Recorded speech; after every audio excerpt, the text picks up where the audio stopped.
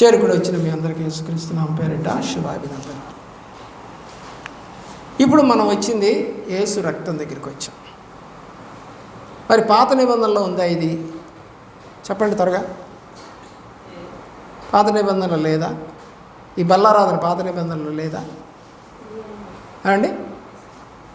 ఈ బల్లారాధన పాత నిబంధనలో ఉందా లేదా? పాత నిబంధనని బట్టే కొత్త నిబంధనలోకి వచ్చిందా బల్లారాధన, లేదా కొత్త నిబంధనలో ఉంది కాబట్టి పాత నిబంధనలు లేదా? అయ్యా అంత జ్ఞానం మాకు లేదు. పాత నిబంధనలో మొదలైంది. ఎప్పుడు, దేనికి, ఏమన్నారు పాత నిబంధనలో? పస్కా బలి అన్నారు. ఎప్పుడు ఐగుప్తులో నుంచి బయటకు వచ్చిన మొదటి సంవత్సరం మొదటి నెల 14వ తేదీ. ఎన్ని రోజుల పండగది? 7 రోజుల పండగ, పులియని రొట్టెల పండగ. ప్రియులరా, అక్కడ ఇంటికొక గొర్రెపిల్ల తెచ్చుకొని సాయంకాలం దాకా బయటికి తీసుకురాకుండా దాన్ని ఇంటివారు తినేసేయాలి, బయటికి వెళ్ళకూడదు అది. ఇప్పుడు ఈ బల్లారాధన బయటికి వెళ్తుందా? బయటికి తీసుకుని వెళ్ళి తినచ్చా? తినకూడదు. సేమ్ సిట్యువేషన్ ఉంది ఇక్కడ కూడా. ఆ మాంసము సాయంకాలంలోపు తినేసేయాలి. అంటే రాత్రి భోజనానికైనా సరే కంప్లీట్ అయిపోవాలి. ఇంట్లో 4 ఉన్న ఇంటికి ఒక్కటే గొర్రెపిల్ల. ప్రియులారా, ఆ తర్వాత పాత నిబంధనలో రక్తమును తినకూడదు, పారపోయాలి, రక్తాన్ని తినకూడదు. కానీ కొత్త నిబంధనలో రక్తము తినాలి. మరి పాత నిబంధనలో మాంసం ఉంది, మరి కొత్త నిబంధనలో మాంసం ఉందా? లేదు. యేసు ప్రభు వారి శరీరమే మాంసము కాబట్టి ఆ మాంసాన్ని గుర్తుగా రొట్టెనిస్తామన్నాడు. 2 మాంసాలే, కానీ అది డైరెక్ట్గా జంతు మాంసము, ఇది డైరెక్ట్గా మాంసం కాదు. కానీ ప్రభువారు చెప్పారు. ఏమని చెప్పారు? మత్తయి సువార్తలో వ్రాయబడి ఉన్నటువంటి మాట 26-28, 26వ అధ్యాయము 28వ వచనం.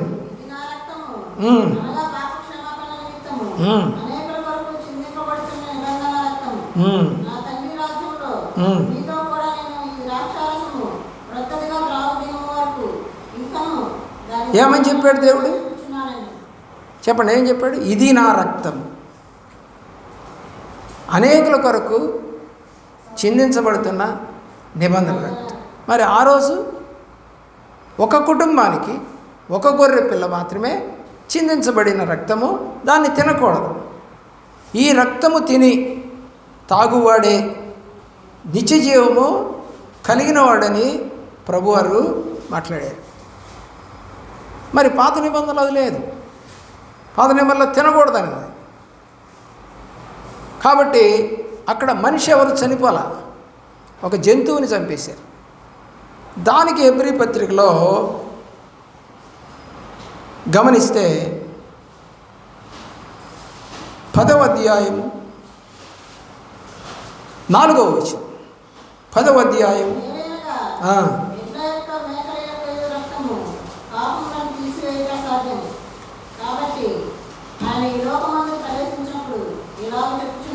చాలు. ఎలా అనగా ఎడ్ల యొక్కయు మేకల యొక్కయు రక్తము పాపములను తీసివేయలేదు. అందుకని ఏం జరిగేది అప్పుడు పాత నిబంధనలో? మాటి మాటికి పాపం చేయొచ్చు, మాటి మాటికి ఒక గొర్రెపిల్ల తీసుకెళ్ళచ్చు, పావురం తీసుకెళ్ళచ్చు, పిండి తీసుకెళ్ళచ్చు. చేస్తే ఏం చేస్తాడు ఎప్పుడు యాజకుడు? వాటి మీద చేతులుంచి వీడు చేసిన పాపం అంతా దీని ద్వారా పోవునుగాక అంటాడు. అంటే మళ్ళీ ఏం చేయొచ్చు? వెంటనే అది అర్పించిన తర్వాత బయటికి రాగానే మళ్ళీ పాపం చేయొచ్చు, మళ్ళీ అర్పణ ఇచ్చవచ్చు. పాపం చేయటం, అర్పణ ఇవ్వటం, పాపం చేయటం, అర్పణ ఇవ్వటం. ఆర్సిఎం సంఘాల్లో గుంటూరులో ఉన్నాయి, మరి ఇక్కడ సంఘం నాకు తెలియదు. ఒక బాక్స్ ఉంటుంది వాళ్ళకి. ఈ బాక్స్లో ఒక కుర్చీ ఉంటుంది. ఈ కుర్చీలో ఆ యొక్క ఫాదర్ గారు కూర్చుంటారు. నీవు బలారాధనకు వచ్చే ముందు లేదా రోజు ఎప్పుడైనా సరే ఆయన ఒక టైంలో కూర్చుంటాడు. ఆ టైంలో నువ్వు వెళ్ళి ఆయన గ్రిల్ లాగా ఉంటుంది అన్నమాట. అది ఆయనే కనపడ్డు నీకు గ్రిల్లు, సన్నటి గ్రిల్లు. ఆ గ్రిల్ దగ్గర ఆయన చెవి పెడితే నువ్వు అక్కడికి వచ్చి ఆయన చెవిలో నీ పాపాలు చెప్తావు. పోతాయట చెవిలో పాపం చెప్పుకుంటారు. ఇది నిజమా కాదంటే మీరు యూట్యూబ్లో కొట్టి చూడండి. మరి ఇక్కడ నాకు వచ్చామని చెబుతున్నావా? నేను కూడా ఒక పెట్టెలో కూర్చుంటున్నారా? కాబట్టే పాపం మనకి ఎక్కువైపోయింది. ఒప్పుకోవడాలు లేవు. మత్తయి సువార్త 6వ అధ్యాయం దేవుని యొక్క ప్రేమలో మత్తయి సువార్త 6వ అధ్యాయం దేవునికి ఒక చక్కని మాట ప్రభువారు మనతో మాట్లాడుతూ ఉన్నారు. ఏమని అంటున్నాడంటే, ఏనాటి కీడు ఆనాటికి చాలు. 34వ వచనం, రేపటిని గూర్చి.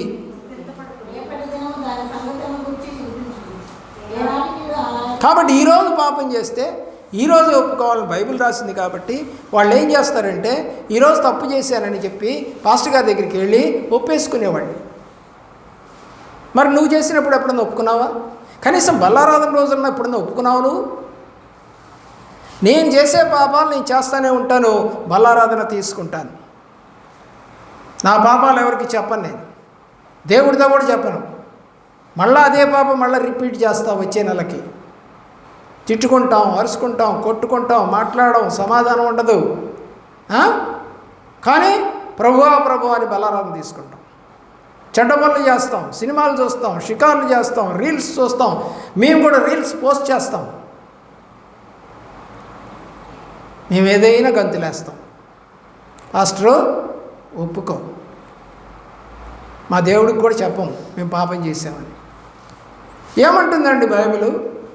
దేవుడు మాట్లాడినటువంటి మాట, ఈ రక్తాన్ని తీసుకోవడానికి వస్తున్నటువంటి నీవు నిజంగా దేవుణ్ణి ప్రేమిస్తున్నట్లయితే, వాక్యానుసారంగా నువ్వు నడుస్తున్నట్టయితే, దేవునికి ఇష్టమైన ప్రేమ నువ్వు కలిగి ఉన్నట్లయితే, చూడండి బైబిల్ చెప్తా ఉంది, దేవుని యొక్క ప్రేమలో అల్లరి అనే మాట మీకు కనపడుతుంది. అల్లరి అనే మాట మీకు కనపడుతూ ఉంది. పాత నిబంధనకే వద్దు, కొత్త నిబంధనకే వద్దాం. దేవుని యొక్క ప్రేమ 1వ పేతురు 4వ అధ్యాయం 3వ వచనం. 1 పేతురు 4వ అధ్యాయం 3వ వచనం. మనము పోకిరి చేష్టలు, దురాశలు, మద్యపానము, అల్లరితో కూడిన ఆటపాటలు, త్రాగుబోతుల విందులు, చేయదగని విగ్రహ పూజలు మొదలైన వాటి యందు నడుచుకొనుచు అన్ని జనులు ఇష్టము నెరవేర్చుచుండుటకు గతించిన కాలమే చాలు. అంటే దేవుణ్ణి ఎరగకుండా ఉన్న రోజే చాలు, ఎరిగిన తర్వాత వద్దు. ఏమండి, ఇందులో ఉన్నట్టు చేస్తున్నావా? ఇందులో ఉన్నట్టు నడుస్తున్నావా? పోకిరి చేష్టలు, దురాశలు, మద్యపానం, అల్లరితో కూడిన ఆటపాటలు, తాగుబోతుల విందులు, చేయకూడదు విగ్రహాలు. చూడండి, వాటిని చూసినప్పుడు మీరు మీ ఇంట్లో నుంచి అంతకుముందు ఈ సెల్ ఫోను, ఈ టీవీలు రానప్పుడు అంత సంతోషకరమైన మరి గంభీరమైన నవ్వులు వినపడలా. కానీ ఇప్పుడు అదే సెల్ ఫోన్లలో, అదే ఎక్కడ కూర్చున్నా, అదే ఇంట్లో ఏకైకలు పక్కపక్కలు. అబ్బా అబ్బా ఎంత సంతోషమో! ఎంత నవ్వనోళ్ళు కూడా ఆ పాపపు నవ్వుతూ ఆ రీల్నే పదే పదే చూస్తూ వాడు రాస్తాడు అక్కడ తమ్ముని నవ్వి ఉండకుండా ఉండేవారు ఎవరిని ఉంటే చెప్పండి ఈ రీల్ చూసి అంటాడు. కడుపుబ్బా నవ్వించేవి. మనం ఇంట్లో చేయని పనులు, చేయకూడని పనులు చేసి చూపించి నవ్విస్తూ ఉంది. అది భర్తతో భార్య, భార్యతో భర్త పళ్ళాలు తీసుకొని కొట్టుద్దా మొగుడిని? అది నవ్వా? భర్తను ఏడిపిస్తుందా? నవ్వా? భార్యను ఏడిపిస్తాడా? నవ్వా? చెయ్యకూడనివి ఏవైతే ఉంటాయో అవన్నీ మీకు చూపించి మిమ్మల్ని లైక్ కొట్టించేటట్టు చేసి వాడు డబ్బులు సంపాదించుకుంటూ నీవు నా బిడ్డవే అని సాతాను చెప్తూ ఉంటే సంతోషిస్తున్నావు కదా. కానీ బైబిల్ చెప్తా ఉంది, అవి చేసేవాళ్ళు దేవుడి రాజ్యానికి వెళ్ళరు. ఎందుకు వెళ్ళరండి అంటే అవి దేవుడికి ఇష్టము లేనివి. దేవుని యొక్క ప్రేమలో కొరింథీయులకు రాసిన మొదటి పత్రిక 6వ అధ్యాయంలో ఎవరెవరు దేవుడి రాజ్యమునకు వెళ్ళరో అక్కడ మనకి కనపడతాం.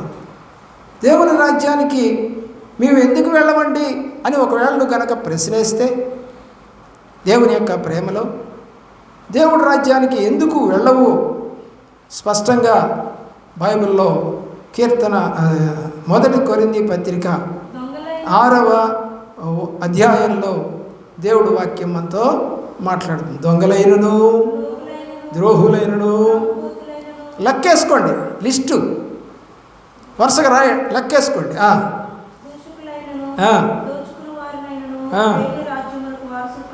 ఎవరెవరండి? లెక్క ఎంతమంది అండి? 5 క్యారెక్టర్స్ కలిగి ఉంటే వాళ్ళు ఎక్కడికి వెళ్ళరండి? దేవుడి రాజ్యాన్ని. ఫస్ట్ దొంగలు, లోబులు అంటే పేదవాడు కనపడితే ₹1 కూడా ఇవ్వలేని, లోపల వందలున్నా లేదు పో అనేవాళ్ళు ఎవరు? లోబులు. 3వది త్రాగుబోతులు. ఆడవాళ్ళు కూడా సిగరెట్లు తాగుతారు, మందు తాగుతారు, చుట్టలు తాగుతారు, గుట్కాలు తింటారు. మీ ఊర్లో ఉందో లేదో నాకు తెలియదు. వాళ్ళు దూషకులు అంటే తిట్లు తిట్టేవాళ్ళు, ఎదుటి వాళ్ళని తిడతారు వీళ్ళు. తర్వాత దోచుకునేవారు. పక్కింట్లో జామ చెట్టు మన డాబా మీదకి పడింది కదా, ఆమె ఏం చూడొచ్చిందిలే. ఆడవాళ్ళకి చెంగులు ఎక్కువగా, చెంగుల్లో వేసేసుకొని 10 కాయలు వచ్చేస్తే 10వ కాయ కోసేటప్పుడు వాళ్ళ పిల్ల చూసిందంట. ఎవరందంట. ఈమె గోడంచు ఉంటుంది కాబట్టి ఈ చెంగులో ఉన్నాయి కనపడవు కాబట్టి, ఏం లేదే నేనే కాయలు కాసినట్టున్నాయి అని చూస్తున్నా. అవునా, సర్లే అక్క, సర్లే అత్త, సర్లే ఆంటీ అని వెళ్ళిపోద్ది ఆ పిల్ల. కానీ నీ దొంగతనాన్ని కప్పిపుచ్చావు. నువ్వు పాపం చేసిన దాన్ని చెప్పకుండా దాన్ని దాచావు. ఎవరిళ్ళు? దొంగలు. నేను చేయలేదండి. మేము ఎప్పుడని చెప్పండి. మేము ఇలాంటి దొంగతనాలు అసలు చేయలేదు. మా ఇంటా వంట లేవు. నా మనసులోకి ఎప్పుడూ అలాంటి మనసు రాలేదు. చెప్పండి. దోచుకొని వారు దేవుని రాజ్యమునకు వారసులు కారు. ఇప్పుడు నువ్వు వెళ్తావనే నమ్మకం నీకుందా? చాలామంది వచ్చి మనం దేవుని రాజ్యానికి వారసులం, మీరు చర్చికి వచ్చారు, మీరు ప్రార్థన చేస్తున్నారు, మీరు బల్లారం తీసుకుంటారు, దేవుడి రాజ్యానికి వెళ్తారని చెప్తే తప్పే అది. ఎవరు వెళతారో ఎవరు వెళ్ళరో మనకి స్పష్టంగా దేవుడు వ్రాయించి ఇచ్చాడు. దేవుని యొక్క ప్రేమలో మనము నీతిగల వారమైతే ప్రకటన గ్రంథం చివరి మాటలు చెప్పి నేను ముగిస్తానండి. దేవుని యొక్క ప్రేమలో 11వ వచనం 22:11 ఆ మాట చదవండి. చదవండి. అన్యాయము చేయువాడు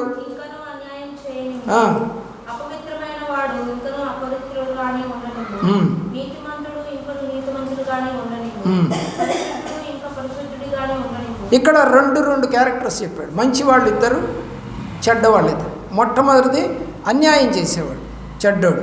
రెండోది అపవిత్రుడు, వీడు చెడ్డోడు. మూడోది నీతిమంతుడు. నాలుగవది పరిశుద్ధుడు. కింద 2 మంచి, పై 2 చెడ్డవి. ప్రియులరా, మంచిది 15వ వచనానికి రండి. కుక్కలను వ్యభిచారులను, నరహంతకులను, విగ్రహారాధికులను, అబద్ధమును ప్రేమించి జరిగించు ప్రతివాడును వెలుపుటనుండు. ఏ రాజ్యంలో ఉండరు? మరి వీళ్ళంతా ఎవరు? మీరే చెప్పండి. మేమేనయ్య గారు, ఈ పనులు చేసేది మేమే. వ్యభిచార క్రియలంటే ఒక మనిషిని మరొక మనిషి కలిస్తేనే కాదు, విగ్రహారాధన కూడా వ్యభిచారమే అన్నాడు బైబిల్లో. ఒక అమ్మాయిని చూసో ఒక అబ్బాయిని చూసో నువ్వు మరులు కొలపబడ్డావు అన్నా కూడా వ్యభిచారమే అన్నాడు. మోహపు చూపు. యోబంటాడు, కన్యకను నేను ఎలాగైనా చూచేదను అని అన్నాడు.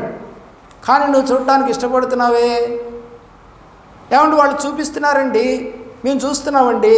మరి ఎందుకు చూస్తున్నా టీవీ, ఎందుకు చూస్తున్నా యూట్యూబు, ఎందుకు చూస్తున్నావు రీల్స్, ఎందుకు చూస్తున్నావు? మరి కనపడటానికి లేదు, అది నువ్వు ఓపెన్ చేస్తేనే కనపడతాయి. కానీ నువ్వు చూస్తున్నావు కదా, నువ్వు బయటికి వెళ్ళేం చూడటల్లా, ఇంట్లోనే పాపం అంతా చేస్తూ ఉన్నావు కదా. మరి ఇప్పుడు నువ్వు దేవుడి రాజ్యానికి వెళతావా? వెళ్ళటానికి ఏమన్నా దేవుడు అవకాశం ఇస్తాడా? నరహంతకులు, విగ్రహారాధికులు, అబద్ధాన్ని ప్రేమించాడు. అవునక్క, నువ్వు చెప్పిందే రైటు. ఆ పాస్టర్ గారు మంచోడు కాదు, ఎప్పుడు చూసి మనం తిడుతూనే ఉంటాడు. అది నిజమా? అది అబద్ధం. ఆయన నీతి బోధ చేస్తామన్నాడు, పరిశుద్ధ బోధ చేస్తామన్నాడు, ఉన్నదన్నట్టుగా చెప్తా అన్నాడు. కానీ నీకు నచ్చలా, నువ్వు అబద్ధం ఆడతావు. నీ అబద్ధాన్ని తీసుకెళ్ళి మరొక విశ్వాసికి చెబితే ఆమె నువ్వు కూడబలుక్కుంటావు. ఆయన వస్తే వెళ్ళొద్దక్క, వద్దు అసలు. ఆయన వస్తే మనం వెళ్ళొద్దు. నాకు నచ్చలా. ఏం నచ్చలా? మనిషా వాక్యమా? మనిషి నచ్చాలా, వాక్యం నచ్చాలా? నీ వాక్యము నా పాదములకు దీపమని రాశాడు, నన్ను నడిపించినదేదేనని రాశాడు, నాకు వెలుగదేనని రాశాడు, నీ వాక్యము నాకు వెలుగై ఉందని రాశాడు, నాకు దోవ చూపినదని రాశాడు. వాక్యము లేకుండా జీవితం లేదు, వారిని వాక్యం ఇచ్చి బాగు చేసిను అని రాశాడు 107వ కీర్తనలో. ఇన్ని వాక్యం గురించి రాస్తే అదే వాక్యం నీకు చెబితే నచ్చలేదు అని అంటే నువ్వు అబద్ధికురాలివి కాదా? అబద్ధికుడవు కాదా? మరి నువ్వు దేవుడి రాజ్యానికి వెళతావా? నువ్వు ఒక సేవకుడిని, వాక్యం చెప్తూ నిజం చెప్పేవాడిని అసహించుకుంటున్నావంటే దేవుడి రాజ్యానికి వెళ్తారా? వెళ్ళడానికి ఏమైనా అవకాశం ఇస్తాడా దేవుడు? ఇవ్వడు. ఎన్నో అద్భుతాలు చేసి వచ్చామని చెప్పినటువంటి విశ్వాసులు, ఆయన దగ్గర పనిచేసిన శిష్యులు చెప్తే దేవుడు ఒకటే అన్నాడు, మీ పేర్లు జీవగ్రంథంలో వ్రాసినయో లేదో చూసుకోండి. నా తండ్రి చిత్తము చేయువాడే దేవుని రాజ్యంలోనికి ప్రవేశిస్తాడు అని ప్రభువారు 70 మంది శిష్యులతో చెప్పాడు. అయినా మనకి బుద్ధి రాదు. ఆ 70 మంది యోహాను రాసిన సువార్త 6వ అధ్యాయము 66లో ఆయన్ని విడిచి వెళ్ళిపోయారు. ఎందుకంటే ఆయన మాటలు కఠినంగా ఉన్నాయంట. ఎలాగున్నాయంట ఆయన మాటలు? కఠినముగా ఉన్నాయంట. అందుకని ఏం చేశారు? శిష్యులు కూడా మానేశారు. అలాగా ఈ సహవాసమే కాదు, ఏ సహవాసంలో అయినా గట్టిగా వాక్యం చెబితే మనకి నచ్చదు. దేవుని యొక్క 6:66 దేవుని యొక్క ప్రేమ. అప్పటి నుండి ఆయన శిష్యులలో అనేకులు వెనుతీసి మరి ఎన్నడనో ఆయనను వెంబడింపలేదు. ఎందుకు? ఆయన చెప్పాడు ఇక్కడ, బల్లారాధన ఇచ్చేటప్పుడు తన విషయం చెప్పాడు. ఏం చెప్పాడు? 54వ వచనం, నా శరీరము తిని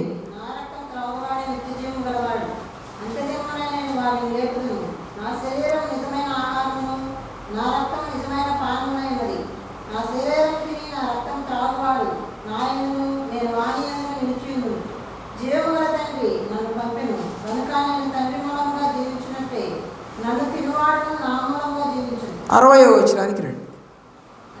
ఆయన శిష్యులలో ఏం మాట అంటది? మరి నీకెలా ఉంది? రెడ్డి గారు వచ్చి వాక్యం చెబుతుంటే కఠినంగానే ఉంటుంది, యేసుప్రభు మాట్లాడితే కఠినంగానే ఉంటుంది. సరదా మాటలు చెప్పలేరు. బుద్ధి తెచ్చుకోకుండా ఉండే మాటలు చెప్పి నిన్ను ఊరడించలేను, ఉడికించలేను. నీ జీవితం ఏంటో వాక్యంలో చూసుకో. నేను ఎలా నడుస్తున్నా? 70 మంది శిష్యులు, 70 మంది శిష్యులు దేవుని యొక్క ప్రేమలో వాళ్ళంతా ఏమైపోయారు? వెళ్ళిపోయారు. ఆ వెళ్ళిపోయిన తర్వాత 67వ వచనంలో, కాబట్టి యేసుక్రీస్తు వారు ఇంకా ఉన్నారండి. 70 మంది వెళ్ళిపోతే ఇంకా 12 మంది ఉన్నారు. ఈ 12 మందిని అడుగుతున్నాడు. ఏమని అడుగుతున్నాడు? కాబట్టి యేసు మీరు కూడా వాక్యం చదవలేరా? నోరు రావట్లేదా? కాబట్టి యేసు మీరు కూడా వెళ్ళాలని ఉన్నారా అని 12 మందిని అడగగా, సీమోను పేతురు, ప్రభువా ఎవని యొద్దకు వెళుదుము? నీవే నిత్యజీవపు మాటలు గలవాడు. కొంతమంది ప్రభువుని హత్తుకొని ఉన్నారు. ఈ పనికిమాలిన వాళ్ళంతా విడిచిపెట్టిపోయారు. ఈరోజు సంఘాల్లో పనికిమాలిన వాళ్ళు చాలామంది ఉన్నారు. వాక్యం ఉన్నదన్నట్టుగా బోధిస్తే వాళ్ళు ఉండరు. ఎవరో కొద్దిమంది సరి చేసుకుంటాంలే. ఈ పేతురు కూడా తప్పిపోయిన వాడే. మొదలైతే ఈ మాట అన్నాడు, కానీ తర్వాత కోడి కూయక ముందు నీవు నేను ఎరుగనని అంటావంటే ఎందుకంటా నేను అలా ఎందుకు తిరుగుతా అన్నాడే. తర్వాత అబద్ధము ఆడేశాడు. ఆ తర్వాత పశ్చాత్తాపడి ఏడ్చాడు. ఇంత గట్టిగా చెప్పాడు. ఎక్కడికి వెళ్తావయ్యా నువ్వే అన్నాడు. 12 మందిలో ఒకడు ఇస్కరియోతు యోధ దేవుడు నమ్మేశాడు. పేతురు 21వ అధ్యాయం యోహాను రాసిన సువార్తలో 6గురితో కలిసి చేపలు పట్టుకోవడానికి వెళ్ళిపోయాడు. దేవుడు చెప్పింది ఏంటి? సువార్త చేయండి అని చెప్పాడు. కానీ వీళ్ళు ఏం చేశారు? మళ్ళీ ఏదైతే పని ఉందో అతనికి మొదట్లో మత్తయి సువార్తలో చెప్పినట్టుగా మళ్ళీ అదే పనికి చేపలు పట్టుకోవడానికి. మరి దేవుడిని ప్రేమించినట్టేనా అది? అలాగా నీకు ఎంత చెప్పినా నేను ఉపవాస ప్రార్థనకి రాను, నేను సరి చేసుకోను, నేను పాపం ఒప్పుకొని బలారాధనలో చేయను, నువ్వు రా, నీకు ఇష్టమైతే ఇయ్యి, లేకపోతే లేదు, మేము ఇష్టమైతే వస్తాం, లేకపోతే లేదు అనే ధోరణిలో ఈరోజు సంఘాలు నడుస్తూ ఉన్నాయి. ఎందుకు తీసుకుంటున్నావో నీకు అర్థం కావట్లేదు. ఎందుకు తీసుకోవాలో నీకు అర్థం కావట్లేదు. పరలోక రాజ్యంలోనికి చేరడానికి, పాపములు ఒప్పుకోవడానికి మనం తీసుకోవాలి. అయోగ్యంగా తీసుకోకూడదు అని బైబిల్ చెప్తా ఉన్నా మనం అయోగ్యంగానే, లేదా ఇన్నాళ్ళు మీరు అయోగ్యంగానే ఈ యొక్క రక్తాన్ని తీసుకుంటున్నారు. మారు మనసు లేదు, పరిశుద్ధత లేదు, పాపపు ఒప్పుకోలేదు, సహవాసంలో సమాధానం లేదు. రాకుండా ఉన్న వాళ్ళ దగ్గరికి వెళ్ళి, అక్క ఈరోజు ప్రార్థన చేసుకుందాం, నువ్వు రావాలి రేపు తప్పనిసరిగా, ఈరోజు కొంచెంసేపు ప్రార్థన చేసుకుందాం అక్క అని ఎవరింటికి వెళ్ళి నువ్వు ప్రార్థన చేసుకోవడానికి ఇష్టపడవు.